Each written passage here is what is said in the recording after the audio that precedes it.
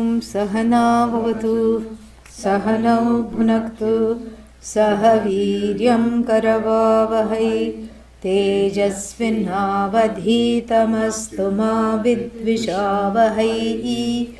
Om Shanti Shanti Shanti. Mayyeva sakalam jatam Mayi sarvam pratishthitam Mayi sarvam layam yati Tad brahma dvayamasmyaham. This is the next level of understanding the teaching. Going deeper, first you say, I am just a visitor of the states, I am a guest, and when I feel, when I understand this, that is a very important, and I understand that I am no longer bound, that's an important understanding, but that is still at the level of what is called Tvam Pada Vichara. What is Tvam Pada Vichara? Inquiry into the word you. Yeah, because we are still talking of I the waker, I the sleeper. First I identified I am the waker, and then I understood I am a guest in the waking world, and I am also the guest of the waking state, correct? But still the focus is on what? I. So it's from the standpoint of the I. Now it is from the standpoint of the collective standpoint of what is all this?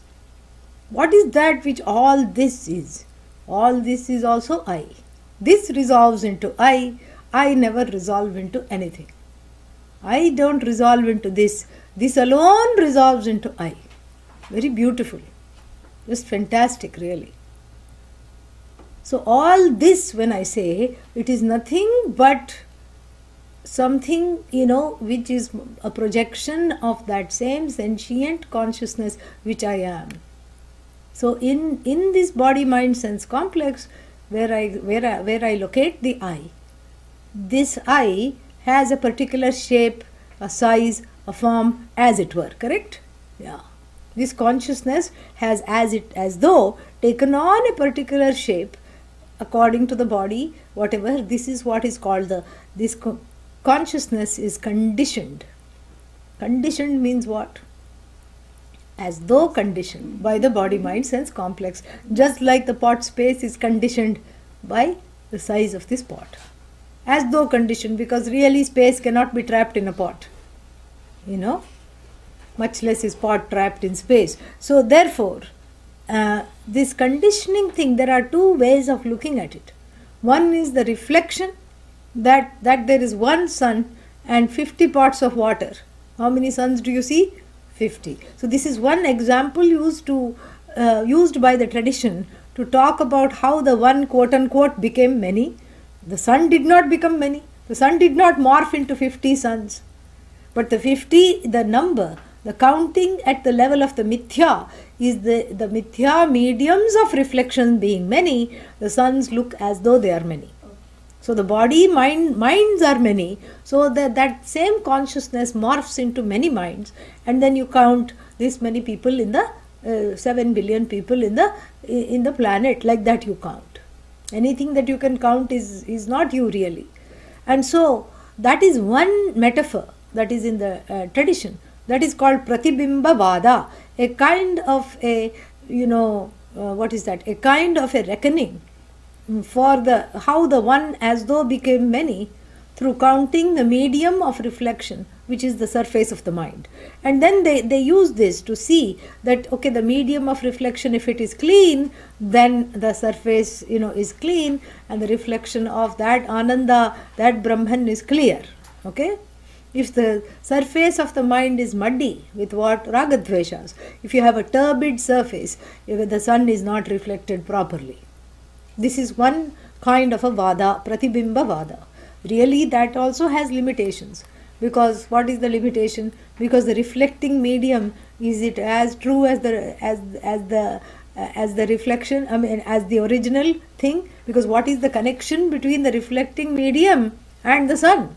They are two separate things, correct? This is the main, problem of this particular, philosophy of particular way, this particular metaphor of looking at something, because the reflecting medium becomes as important as the source of reflection. It becomes a separate reality, as it were. So therefore what? We are trying to describe that which is oneself, which is not an object, which is the truth of the subject. So any metaphors we have will fall short.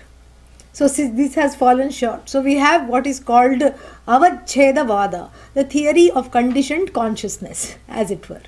So so the theory of reflected consciousness has its own problems, and then the theory of conditioned consciousness also has a few conditions that are not met here, which are problematic. But we have to use something to explain. We just use it with a caveat, and we use these metaphors, these theories to explain the thing.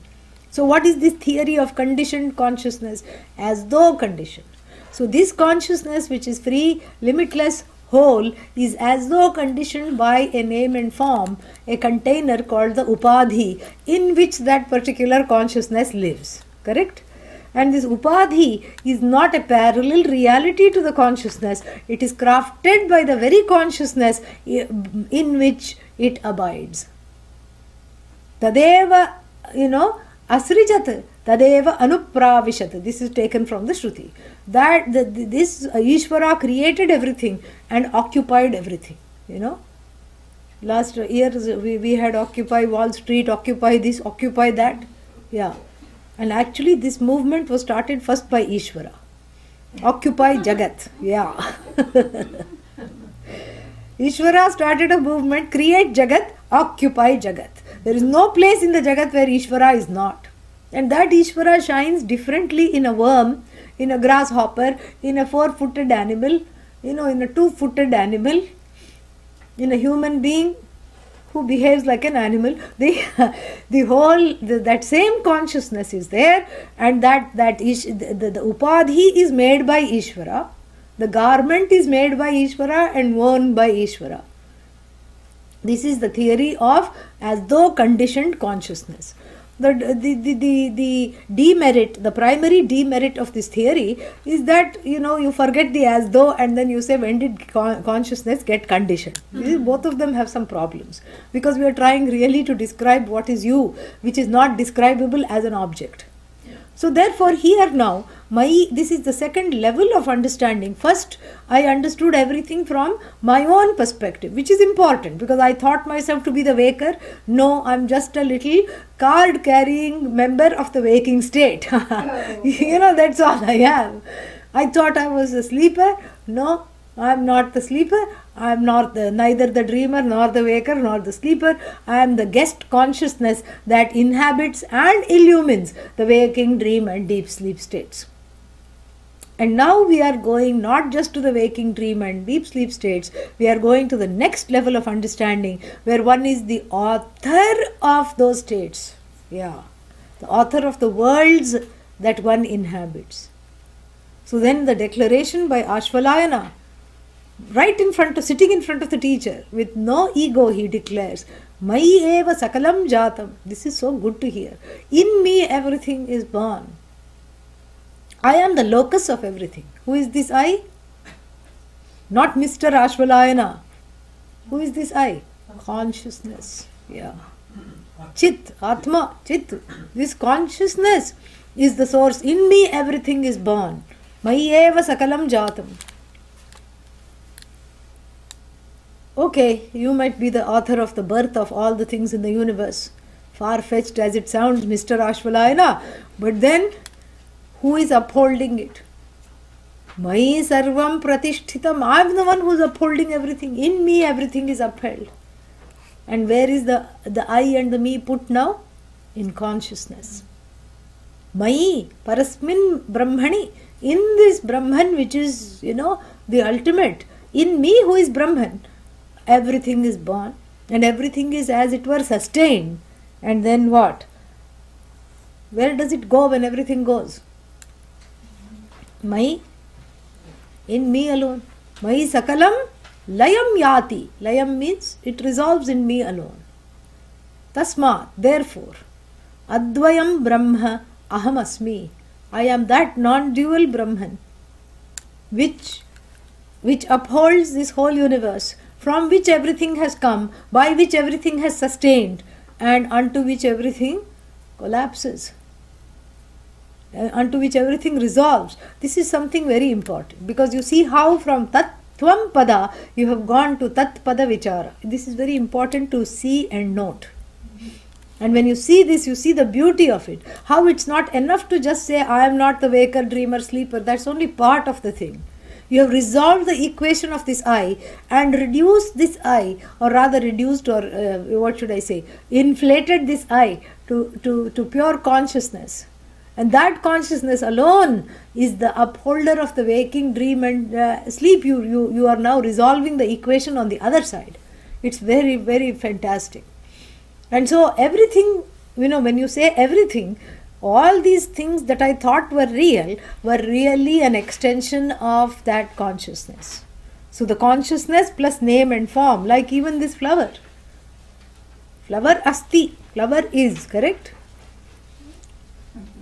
Even as I say flower is, what's happening?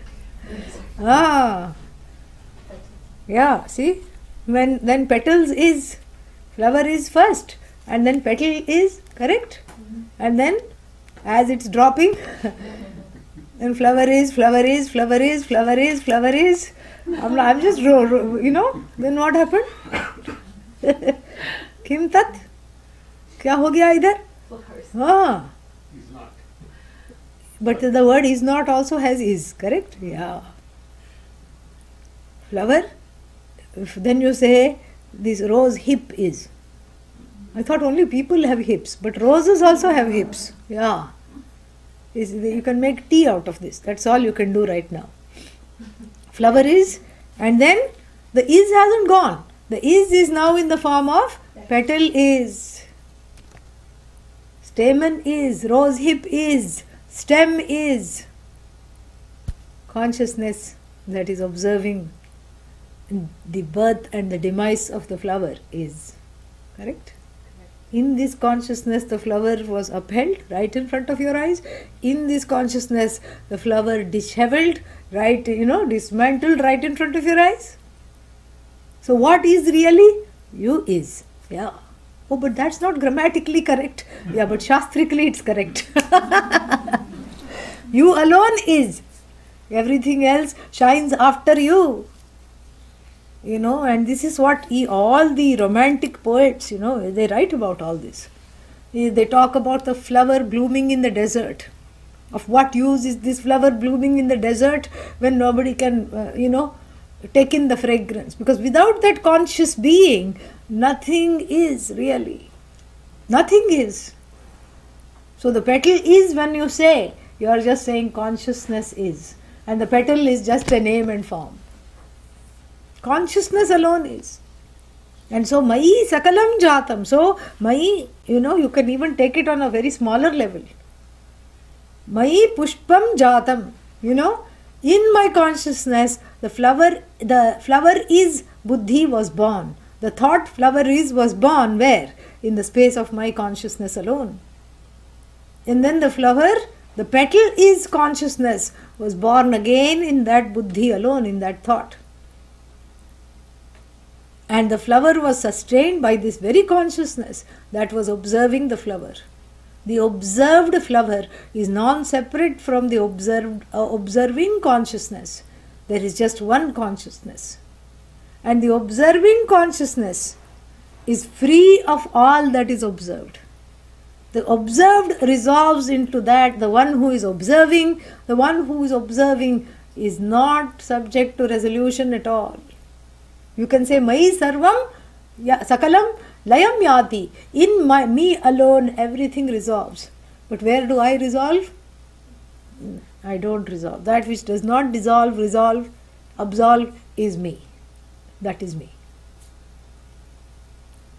I neither resolve nor dissolve, nor do I need any, absolution from any theology, from anything. I'm not caught. I'm not, I'm not finite. This is what is infinite consciousness. It's all the trick of where to place the I. If I place the I in the body, mind, sense complex, the waker, dreamer, sleeper, then one is completely gone. One becomes a jiva immediately. Instant coffee, like that instant jiva, how to become? Immediately say, I am this much only. Yeah. But then when you say, I am that consciousness which is seeing all the suns rise on the various planets and the galaxies, which is observing their moons, which is everything, which is in me, the whole universe exists. And then it resolves in me alone. So like this can be said by an ordinary dreamer, correct? Ordinary dreamer will say, Mai Sakalam Jatam, this whole dream world I am upholding, right? And from me the dream has come, by me the dream is sustained, into me the dream resolved. The ordinary dreamer can also say this. And a jnani can also say this, right? What's the difference? The jnani sees the waking state also as the dream. Yes. That is a mithya within mithya. That is a dream within dream. This is just a dream. But how to awaken from this dream? Yeah, you have to by self-knowledge. The alarm clock for this dream is self-knowledge. That's what it is. The Guru's words wake you up. The Guru's words are the alarm clock. The teacher's words and the words of the Shruti are the alarm clock. The Shruti is the alarm clock and the Guru's words is the morning alarm to wake you up from this nightmare of the Jagat being real. This is the daymare, nightmare, whatever you call it. So the falsification of the waking state doesn't have to be done in any other way except cognitively. And the cognitive falsification of the waking state happens in the wake of knowledge. Where you say, I am not the karta, I am not the bhokta, I am not the pramata, I am not the doer, I am not the enjoyer, I am not this thing. All these rise within me and are consumed by me, but I am none of them. I am that consciousness alone. So, Mai Sakalam Jatam, Mai Sarvam Pratishtitam, Mai Sarvam Layam Yati, Tasmat Brahma Advayam Asmi. I am that non-dual Brahman alone. And this is something which the Gita has lifted. Gita has lifted from this, Yeah. Please stop. Please don't engage in, asking questions during the class. It will distract everyone. So please wait till the class is over. Okay? Yeah. Thank you. So the Gita has taken this. In the 9th chapter, the Gita talks about this. And what does it say? The Gita says, in me everything is. Bhagavan Krishna says that, Matsthani sarva bhutani. In me everything is. Oh, in me everything is, then we have another problem that we saw last night. What is the problem? You become like Atlas holding up the entire universe. And then you get really tired and upset. And of course the universe is not expressing any gratitude. Thank you for holding me up. Then you feel resentful and burdened. Correct? That is what the psychology of this Greek god became very resentful. And so this resentment, is not there for Brahman. Why? Because the upholding is as though. It's as effortless as the clay upholding the pot. Does the clay have to put any effort to be pot? Mm-hmm. No. While it was a lump on the roadside, it was still in the form of clay, correct? Even now it is still itself alone. It does not have to put any effort because the potness is mithya. That this akara, the shape and form and the name and form called pot is mithya. Mithya means a dependent reality. So the dependent reality, while it is fun to interact with sometimes and fun to count, but it is not real. The dependent reality is depending upon that which is you, which is independent of everything. So this dependent reality is mithya. It is called by the name of mithya. So Bhagavan Krishna says, Matsthani sarva bhutani. Matsthani sarva bhutani is same as saying Mai sakalam jatam, Mai sarvam pratishtitam, Mai sarvam layam yati. Matsthani sarvabhutani. In me alone everything is. But then what does he say? Nacha aham teshu avasthitaha. Very important. In me everything is. I am not in any one of them. This is where we have to be very, alert to see the difference between an incidental and intrinsic attributes. What is intrinsic to pot? From the viewpoint of the pot, clay is intrinsic to the pot, correct? Without clay there is no pot. But from the standpoint of clay, is pot intrinsic to clay? No. Is ornament intrinsic to gold? No. Gold, in many people, many people think it's a waste of time and money to make ornaments. They like their gold in bars and biscuits, and we are not talking of the edible kind. Yeah. So that is easy to store.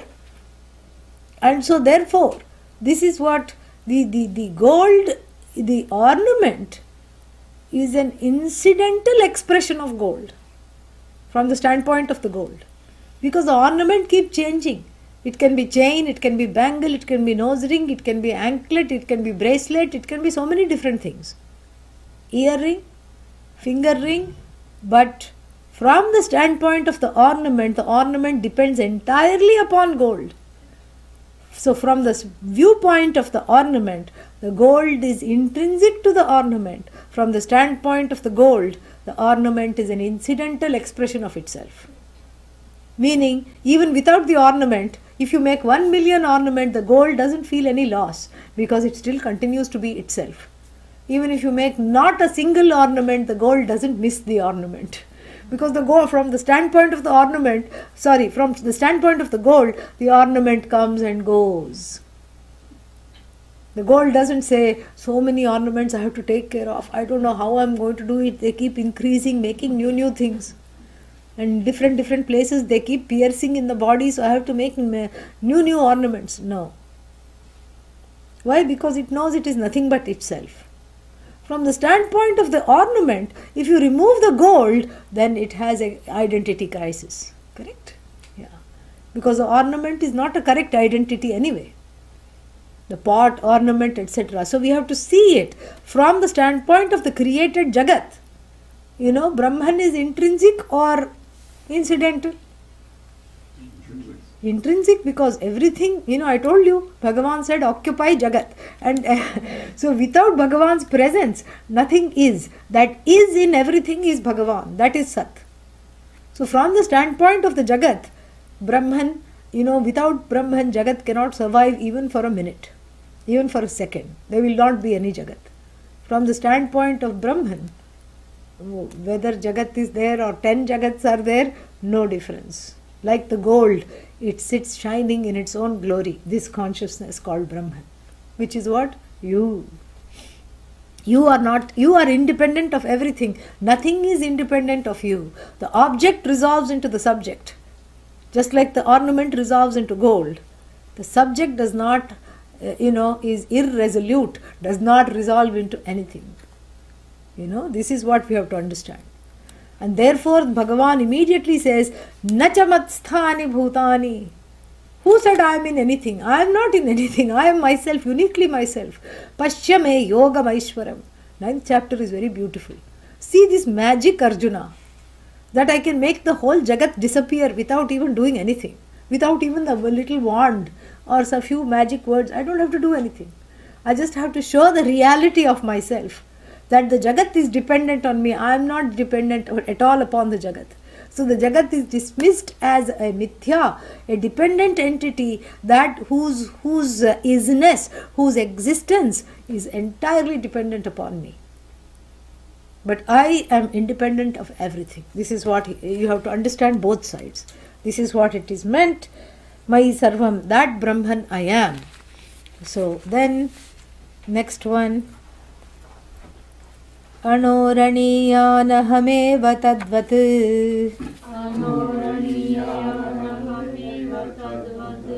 महानहं विश्वमहं विचित्रम्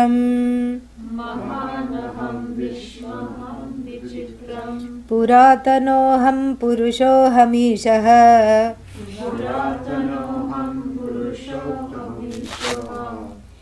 हिरण्मयोऽहं शिवरूपमस्मि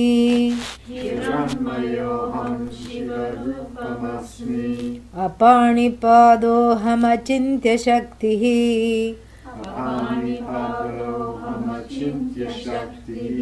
पश्याम्यचक्षुश्शृणोम्यकर्मः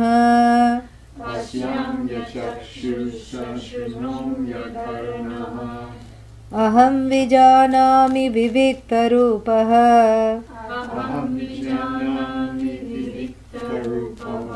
न चास्ति वेत्ता मम चित्सदाहम्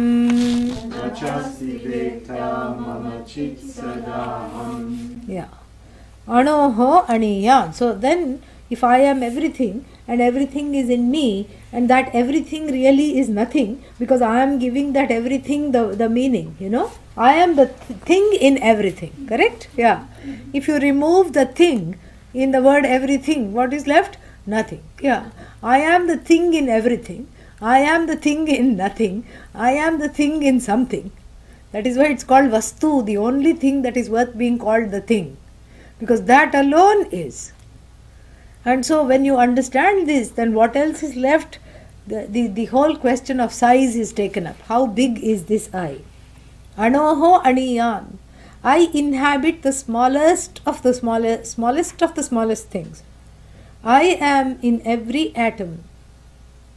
I shout out in every atom. I give a shout out. How? In the form of that very existence of the atom. Because atom exists, correct? And there is an atomic intelligence because it is an entity. It has an intelligence because it behaves in relation to other things even though it is uniquely itself. So that cellular level intelligence also I am. That is the I. So I can trace myself in every cell. And that intelligence I am. Anoho aniyan ahameva tadvat. And I am the same. I am in the smallest of the smallest. And tadvat likewise. Mahanaham vishwamaham vichitram. So then let it not be confused thinking that I am just the smaller than the smallest. And then what about the biggest of the things? Who is that? That is who is that? Who is the biggest of the things? If I am the smallest of the smallest, yeah, I only am, not the neighbor, yeah.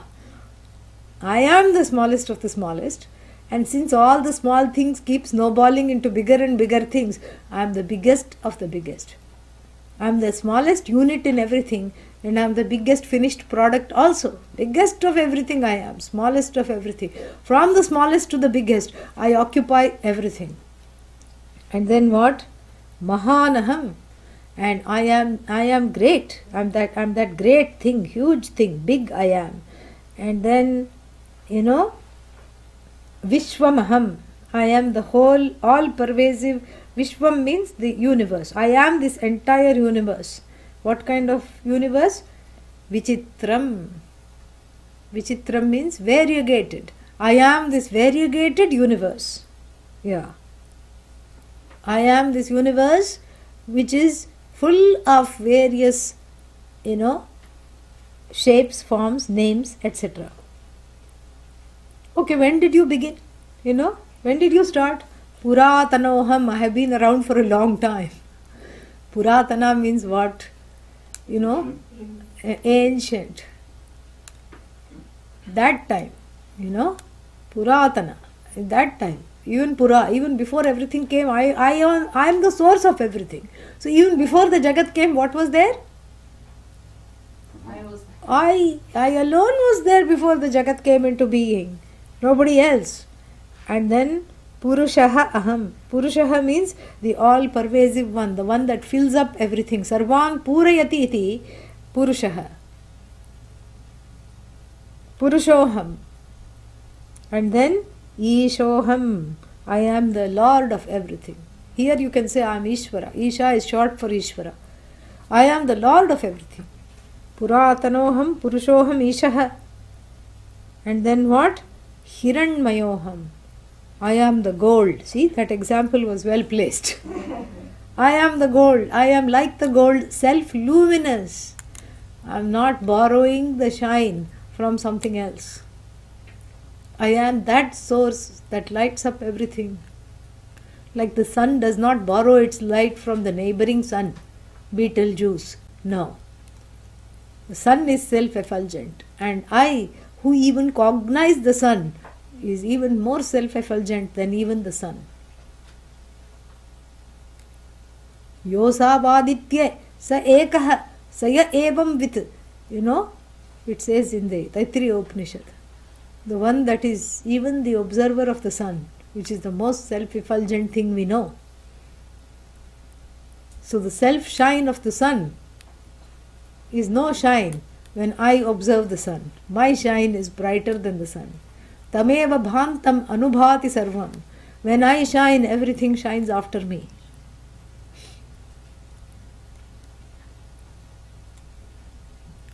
Sarvam anubhati, vibhati anubhati.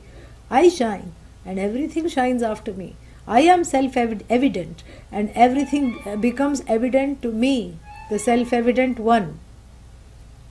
And who is this? Shiva Rupam Asmi. Shiva means free of papa, free of omissions and commissions, free of being karta bhokta, and auspicious, whose nature is totally auspicious, free of all sins, so to speak, pure, auspicious. And this is something very nice to memorize and say, this one and the next one. What is that? Anoraniyanahame tadvat mahanaham vishwamaham vichitram puratanoham purushoham ishah hiranmayoham shivarupamasmi apanipadoham achintya shaktihi pashyamya chakshus shrinomya akarnah aham vijanami vivikta rupah nachasti vetta mama chit sadaham. This is something very good to contemplate. And then he says that this is, I am smaller than the smallest, bigger than the biggest, and then I am Ishvara. Before, what did the person say? I am Anisha. What is Anisha? Overlorded. I am the one who is overlorded by the laws.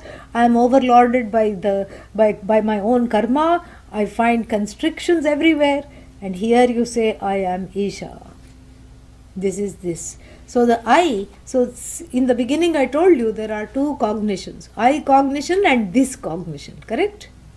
So, and we also delineated that all the words belonging to this cognition are separate from I. This is where we began. That, idam pratyaya gochara vastuni. So in all the words that, have this cognition, this flower, this body, this weather, this town, this chair, everything that you say this is separate from I. Correct? Yeah. But then through the knowledge, the parameters of the I have spread and grown and have covered all this. The I grows to encompass all this. All this is swallowed up in the I, is folded into the I. But the I is not this. This is I. I is not this. So this aham pratyaya is blown up more and more. And like the ever expanding universe, that also is being questioned now. Whether the masses are expanding or the universe is expanding. Somebody has, is challenging this. Very exciting.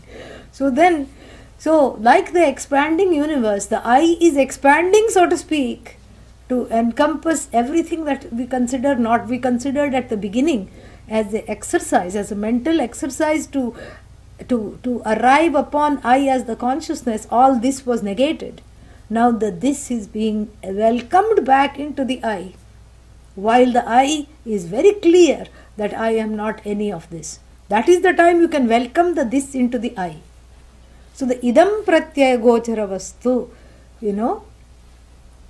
idam pratyaya gochara vastuni are being invited to occupy aham pratyaya, I cognition. So you see the I in all this. So there is no this. What is there? I alone. everything is I. This is called Sarvatma Bhava, a fruit of this consciousness, a fruit of this knowledge. But when you say all this is I, this gets accommodated, folded up and resolved in the I, but the I never becomes this. The I remains I. I does not become an object. When I say I does not become this, what do I mean? That the I never becomes an object of this cognition. I remains I. I is always the subject. Object being dependent on the I resolves into the I, or the entire object world arises from consciousness, is sustained by this consciousness I and resolves into the consciousness. So all this is resolved into the I, folded into the I. I doesn't get, that which doesn't fold up is I. Yeah. That which remains uniquely itself is I. And so it says that, Apani Pada, some paradoxes are presented, because the I is not the, anything that you call this is not the I. So therefore the, and then it is folded into the I, whereas the I never becomes this. This is what is told in mantra number 22. Apani Padaha, without having hands and legs. What do you mean I don't have hands and legs? I have hands and legs. Look. Look, hands are there. So what do you mean? No hands and legs. Where is the I placed now? Hands and legs. Where is the I placed? I is placed in consciousness. How many legs and hands consciousness has? No hands. Don't ask then how come it is talking that I don't have hands and legs. That is the paradoxy.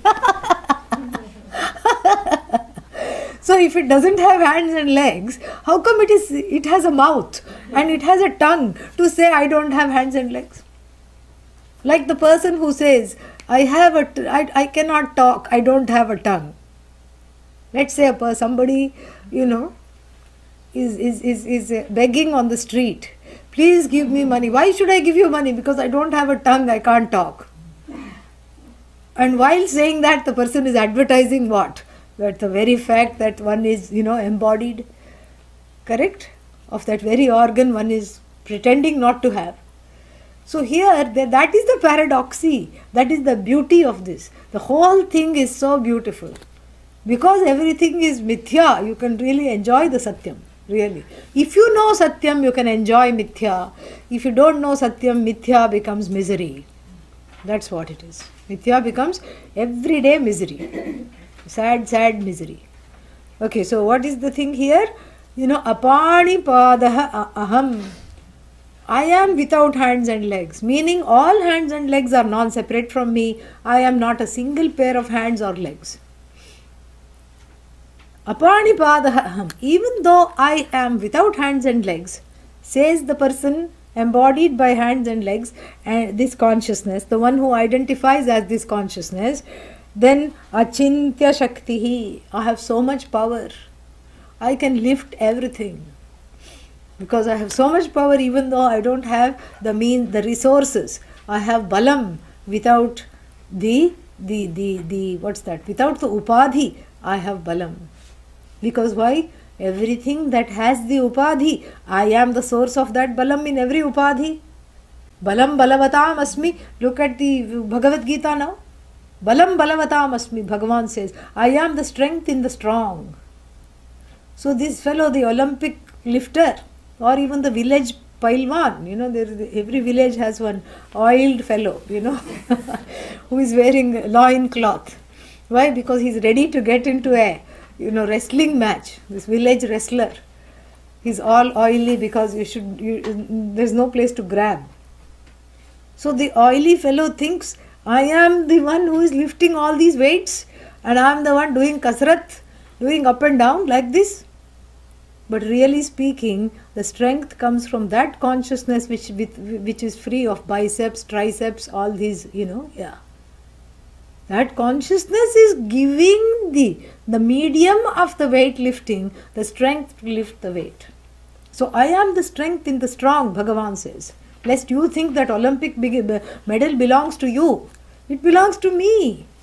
Bhagavan in the 10th chapter does latter part of chapter 7 does a reclamation. Intellectual property rights. You think that you are all these things. Excuse me.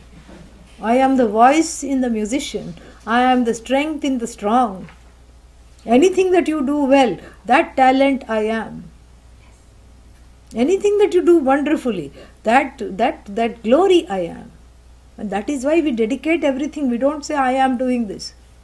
In India, if you pay anybody a compliment, they will say it is Guru's grace, it is Bhagavan's grace. Inside they'll be feeling very happy. Oh, somebody is appreciating my house. But overtly they dedicate it to Bhagavan, which is a good thing to do. It's a very good thing to do, because if I take on this as my own property, me meaning the body, mind, sense complex property, and the property of the ahankara, the I-ness that associates with everything that is small, then I am in deep hot water. I am in trouble. And why am I in trouble? I am in trouble because I have not understood that what doesn't belong to me when I take, it's a recipe for sorrow. When I take on that which doesn't belong to me, I have to have lot of handkerchiefs on the side. Why? Because you have to get ready for a tragedy. Yeah. Where you are the main protagonist. You star in your own tragedy. You are the star of the tragedy. This is what happens. You need to keep a bucket or some hankies. As soon as you say appropriate things that do not belong to you from the standpoint of the jiva. But if you are ready to say, if you have this understanding and you are ready to say nothing is separate from me, and then you can be like Ashvalayana and say, I am the strength in the strong, and look, I have no hands, look, I have no legs, I have no medium to express the strength. Being the mediumless consciousness, I express as the strength in anything that is strong. Beautiful. Itself mediumless. It expresses in every bicep, every tricep. Achintya Shaktihi, Apara Shaktihi. So much power, unthinkable power. Because if one Olympic wrestler and one Olympic weightlifter has so much power, if you combine all of them, from Muhammad Ali, if you take to everyone and combine the strength of all the people in this, all the strong people in the universe, and the strength of the elephants, and the strength of the hippo, and all these animals, camel, giraffe, cheetah, everything, the speed of the cheetah, all these things. It is an unthinkable, endless, infinite strength I am. Even though without the medium to express it, I am that latent strength. In every medium, I am that strength. And then what? Pashyami, it gets even stranger. Pashyami achakshuhu, myself eyeless. I means not the letter I, eyes. Without eyes, I see everything. How can you see everything without eyes? How? Because I am the power that sees, that is behind the eyes. What makes the eyes see? That is me. That is not the eyes themselves. The eyes themselves don't see, correct? Otherwise, even in the dead body of an animal, the eyes should be able to see. They don't see. Oh, no, the mind is the seer. The mind sees. When the eyes become an object of sight, you can say the mind is seeing, but the mind itself is an object, correct? Mm-hmm. Because I say today my mind is not working properly. Okay. That means I am the witness of the mind. Okay. So the mind itself is an object and the subject is the seer. Subject is the seer, itself never seen. Subject is the seer of everything. Itself not an object of sight. Without operating the sense organ of the sight, it sees everything. In and everything that has eyes, it sees. It's beautiful. That power of sight. Chakshushash chakshuhu, shrotrasya shrotram, described by the Kenopanishad, it is this alone. Chakshushash chakshuhu, eye of the eye, the ear of the ear, that which the power of sight. And that's why all eyes become subject to study by the biological order, correct? The zoological order. That's how you can have the whole science of ophthalmology is possible because of this fact. Everything is predictable. Wherever there is a pair of eyes, they see. Even if there is a cyclop-like creature with one eye, it sees. The eyes of the donkey, the monkey, the cat, the cow, the hyena, anything. The butterfly, the bug, anything. That law which is behind sight, which expresses itself as the law of sight, which includes all the disturbances in the sight too. That disorder is also part of the order. It is so beautiful. And when I see that, there is no blame, no shame, no fear, no pride. It's a fact. I appreciate that as the one which informs the order of sight without having eyes. This is such a beautiful contemplation, correct? Yeah, such a beautiful thing to contemplate on. I don't need eyes to see. I see through so many eyes. It is phenomenal. And Shrinomi Akarnaha. Shrinomi means I hear everything. How many ears do I have? 0 pair of ears. Not even 1 ear I have. But right from Mark Anthony, who said, friends, countrymen, lend me your ears. That's what he said, correct? Yeah. Everybody says to Atma, lend me, lend me that power of hearing. That power of hearing all comes from Atma alone, from this consciousness. Itself earless, it hears anything. So if there is any disturbances on the hearing connected to oneself, one can feel bad. Oh, I can't hear, I don't know what's wrong with my ears and why I'm losing hearing. You're not losing anything. You are the source of all hearing. So what if you can't hear through this one pair of ears? Without ears you are hearing everything. You are that power to hear is you. The power of sight is you. All the power through which all the senses are deployed is you. Without needing all these mediums of expression, you see, you hear, you are the witness of everything. So beautiful. This is what Ashvalayana got from the first few mantras. And so you see how deeply he has internalized this teaching. And then further he says, Aham vijanami vivikta rupaha. I am the witness of all the manifest world of objects. Vivikta means vividham, vivichyate, everything that is variegated. Yeah. From which to separate. So anything that is variegated, I know. I objectify everything. Everything exists because of me. Because of me alone, everything exists.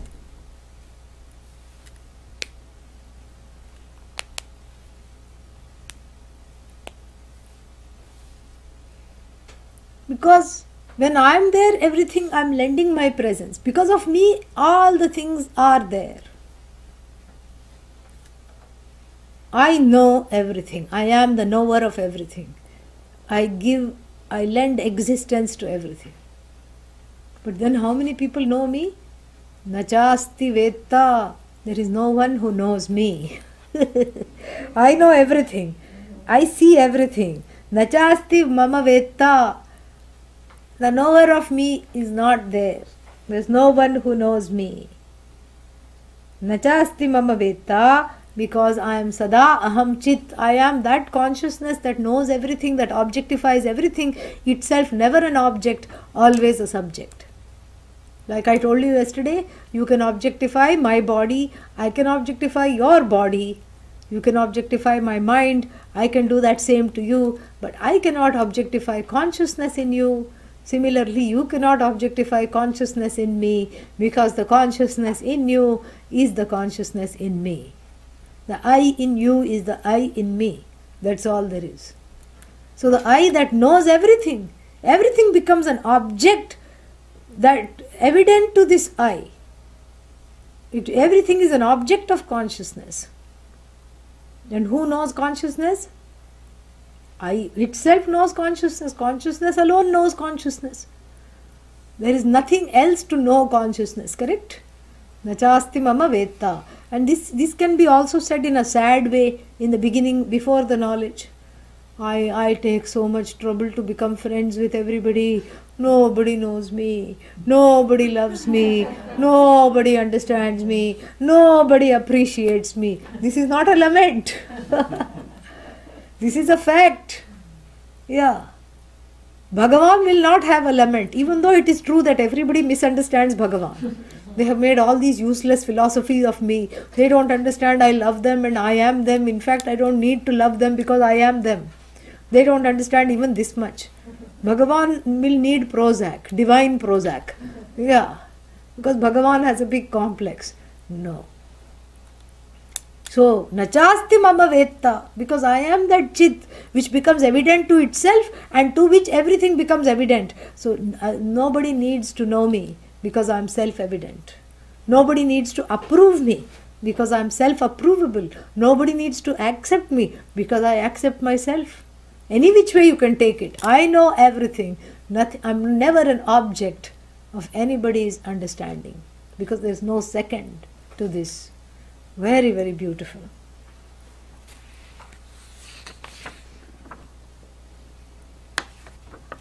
Vedairanekairahamev vedyah.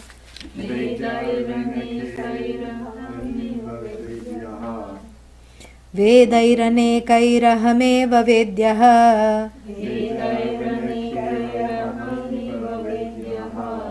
Vedanta krid veda videva chaham. Na papa punye mama nasti nashah. Na janma dehendriya buddhirasti. Na bhumirapo na cha vanhirasti. Na chanilo mesti na chambarancha.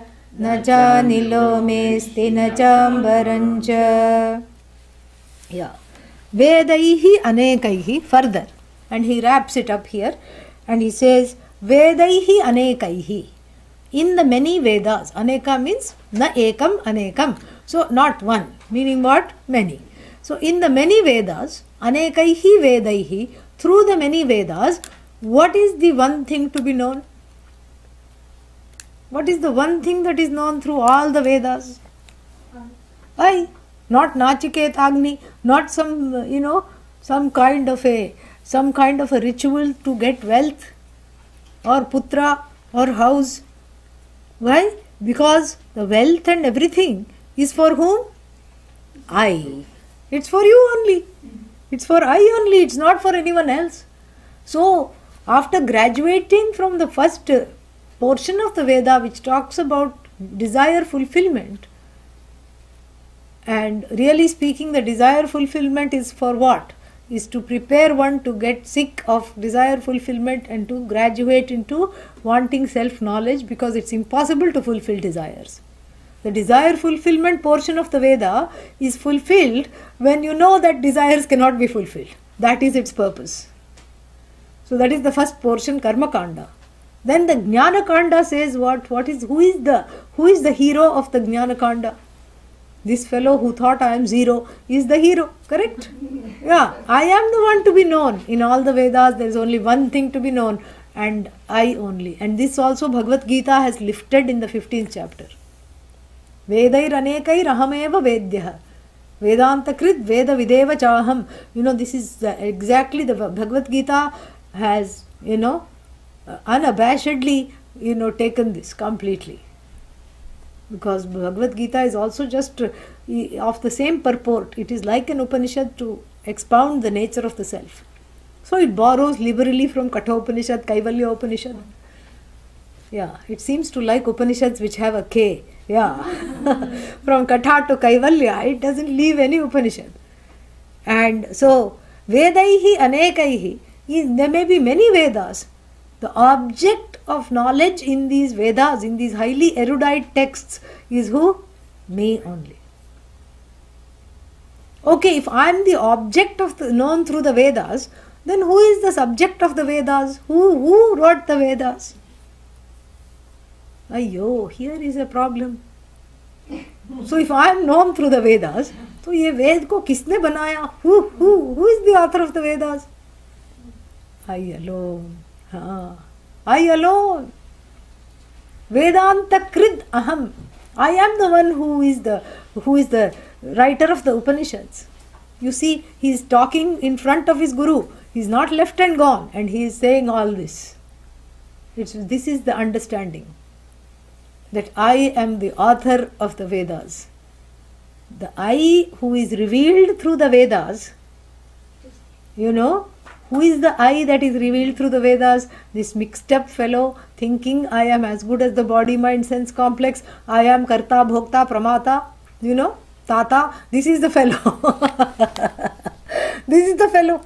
Correct?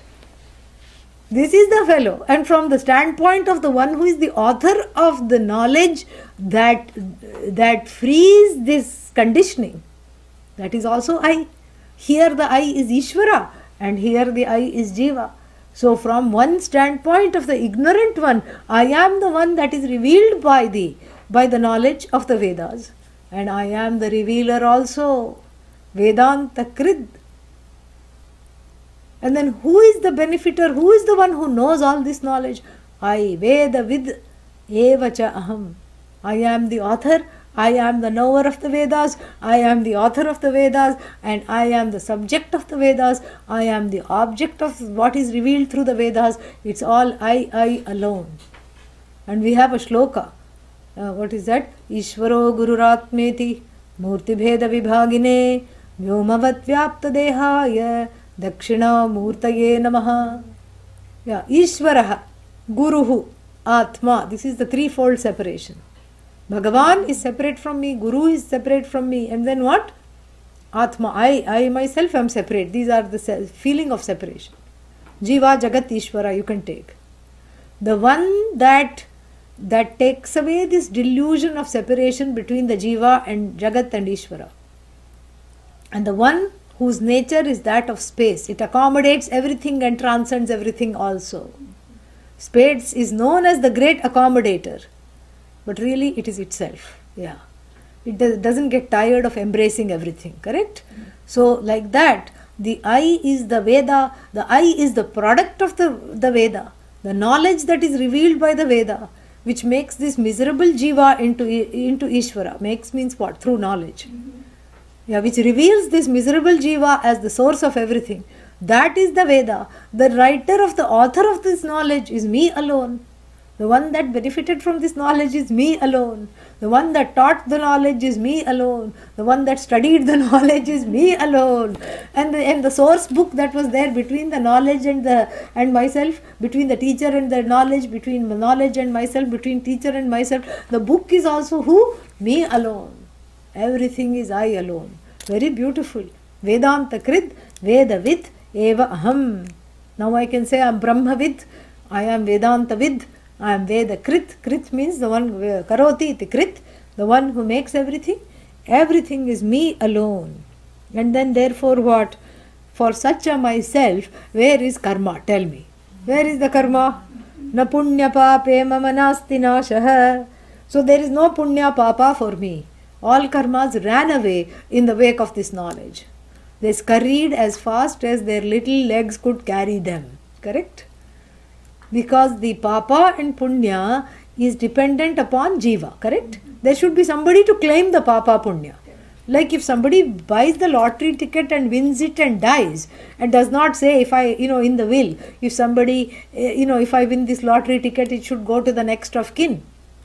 So then, who is to say I own this money? Can you say the dead man is rich? No, because the man is dead. The lottery winner, that person is dead, correct? So where does all this money go to? It doesn't go to anybody. Similarly, if the person committed a big crime and then, it happens in these big hostage situations. They kill a whole bunch of people, then they lock themselves in a room and then they kill themselves, correct? So then after the person took away the person's life, will there be a trial for that person? No. There is no jury, no trial. There will be a different kind of trial. We are not talking of that. But on this level, there is no trial, no jury, no incarceration, no witnesses, no defendant, no prosecution. So similarly, for the one who knows this knowledge, all the good things like the lottery winnings, etc., are just gone. Poof, gone. No papa, no punya. Why? Because the one who accrues papa punya is the accruer of the papa punya is dependent upon having a particular finite status of the karta. Only to the one who thinks and who is firmly convinced that I am the doer, they are in that model of that papa punya, karma, punarjanma, everything, the rebirth, etc. But if you know that I am not, I didn't even have one birth, let alone many births. When you know I am free of birth, I am free of death, I am everything that is there. What papa, what punya? Because the I has expanded from this particular finite entity that one thought one was, as good as the body, mind, sense complex. It has accommodated the entire universe, and it knows it is not susceptible to anything. It is Sadashiva, always free. And if it is always free, then there is nothing there at all, nothing to hold on to it itself. So therefore, na punya pape mama. For me, there is no punya papa, no punya, no papa, no good, no bad. Everything just happens, and even the punya papa may be there for the body, because the body comes with its own karma. Which is what explains that even jnanis can have physical complaints, because that is karma that was started before. Jnani can have physical complaint, but what is the difference between the jnani and the ajnani? The jnani who has physical complaints is able to localize it at the level of the body and not feel sad as a result. There is a certain cheerfulness and acceptance even though there are physical impairments. That is the difference. The physical impairments don't become the hallmark of one's existence. They don't consign you to a life of misery just because there is some sense organ or there is some body part that is not working properly. This is the freedom that one has here. So, na punya pape, na mama nasti nashaha. I am not subject to destruction. I am free of death. Na janma. Oh, you are only free of death? What about birth? Na janma. I am free of birth. If there is no death, how can there be birth? Dehendriya buddhi asti. Why there is no birth for you? Didn't you celebrate your birthday? No. No birthday was celebrated. Why? Because there is no birth. Then what is this I see in front of me?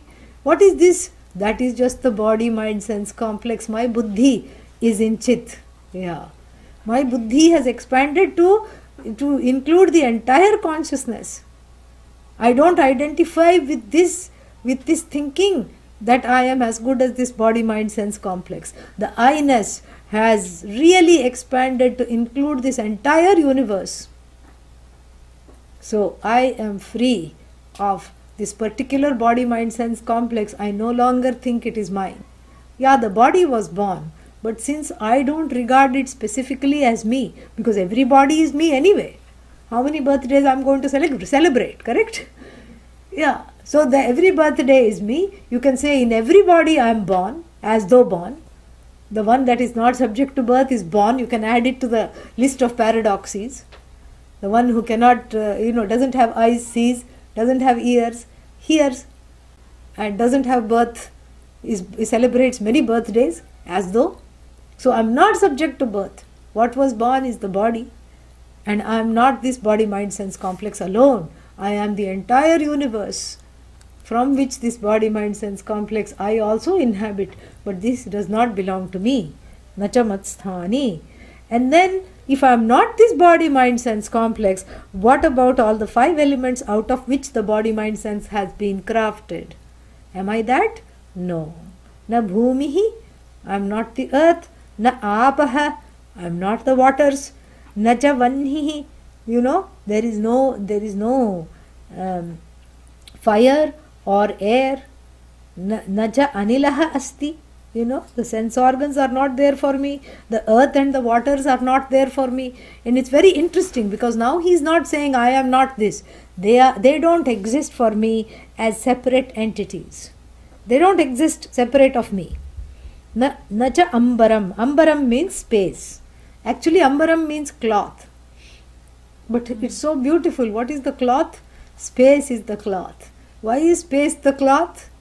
Because it adorns it covers the earth, correct? So space is seen as the sari for the Mother Earth Goddess. If Mother Earth Goddess is wearing a sari, it has to be space, correct? She is clothed in space. So it is called, Digambara, Dikambaram, or this, it's just called, space itself is called Ambaram because it is seen as the sari for Bhumi Mata, for Mother Earth. It's so beautiful. So I am not the space. And in fact, one thing to say, I am not the space. Oh, maybe you are spaced out. No, there is no space for me. All these are names and forms. I am so beyond all the names and forms. None of these things exist for me. I am that consciousness. Chidananda Rupaha. Shivoham, Shivoham. That's all I am. I am none of these things, etc. he says. And then we have a one mantra. Here it is unclear whether the teacher takes up the talk again, whether the teacher starts talking, or whether it's the Shruti, the text that is talking about the teacher and the student is talking, but it doesn't matter. So we have one Phalashruti, and after that we have how to assimilate the knowledge. One more sadhana is there. Let us read the Phalashruti now and we'll take up the rest of the verses this afternoon. Evam viditva paramatmarupam गुहाशयं निष्कलमद्वितीयं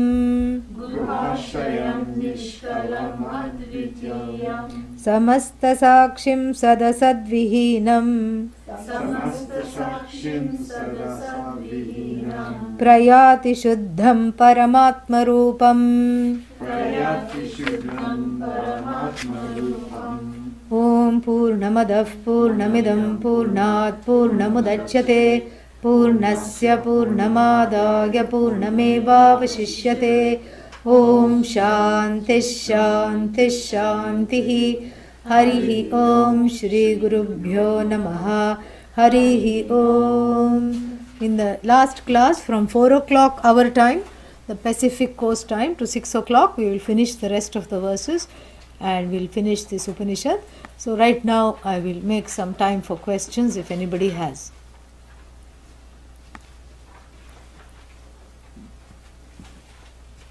Did Adi Shankara, was there Advaita philosophy before Adi Shankara? Absolutely there was. Adi Shankara is just our link to the tradition. Vyasa was there, another link. Even before Vyasa it must have existed. If a tree falls and nobody observe it, it did not happen. It doesn't matter if it happened or not.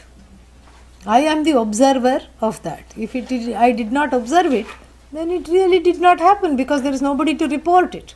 Correct? Yeah. Any questions here? Yeah. It's not a question. It's a limerick that addresses that question. Ah. And I got it from you early. Anyway. There was a young man who said, God, I find it exceedingly odd that this tree continues to be when no one is about in the quad, or the film. God, young man, I find your question exceedingly odd. I am always about in the quad, and that's why this tree continues to be, since observed by yours truly, God. Yeah. The consciousness is always there, so the tree That's falls. what it is. Tree falls in consciousness only. Yeah. Falling is consciousness. By acquiring self-knowledge, one is liberated and never has to be born again. But how are the avatars born with full self-knowledge? Because avatara is Bhagavan, and avatara is born not due to their own karma, because Bhagavan does not have karma. Avatara is like, whether we consider it Jesus or whether we consider Rama, Krishna, they were born with full knowledge, full self-knowledge, because they are the manifestation of Bhagavan and they are born as a result of the collective karma of the people. People who say, save me, help me, how are you watching this? Come here and do something. That is when the avatara comes. So the avatara gets a body based on what? Based on the needs of the people, the prayers of the people give it a punya body. Yeah, very interesting. Any other questions? Okay. Since it is Guru Purnima, can you please tell us how listening to the glories of the Guru help in acquiring the knowledge? All the obstacles will go. So please do attend the valedictory function. The obstacles will go, and also there is a surprise, and that will be revealed tonight. The surprise is that there is a big connection to the valedictory function and this text that we are studying, which is the Kaivalya Upanishad. And if you cannot wait, if you are one of those people who don't like surprises and cannot wait, just read ahead. You will see what I am saying. Moksha. Is the aim of moksha never to be born again? No, that's not the aim. We are not interested in being born or not born. We are saying you are not born right now. That is moksha. You are not worried about afterlife. This life, you are not subject to birth, you are not subject to death, you are not subject to sorrow. Yeah. Moksha is knowing I am not subject to death. Forget birth. Yeah. Is it correct to say Upanishad shows Jiva is equal to Ishvara as well as that I am Brahman? No. The purport of the Upanishad is to say Jiva is identical with Ishvara, and it does that through a unique way of revealing that both are really nothing but Brahman. I hope that's clear. Good questions. Excuse me, Swami. What would be a good dictionary if I wanted to? When you go to Sailorsburg, there is a Vedanta glossary that is there in the bookstore. It's just typed and bound. You pick that up. When I go back to Yeah. reading the... Yeah, you can do I that. need the meaning There is a of- Vedanta glossary called the common Vedanta terms are kept. Yeah. Om. All the best.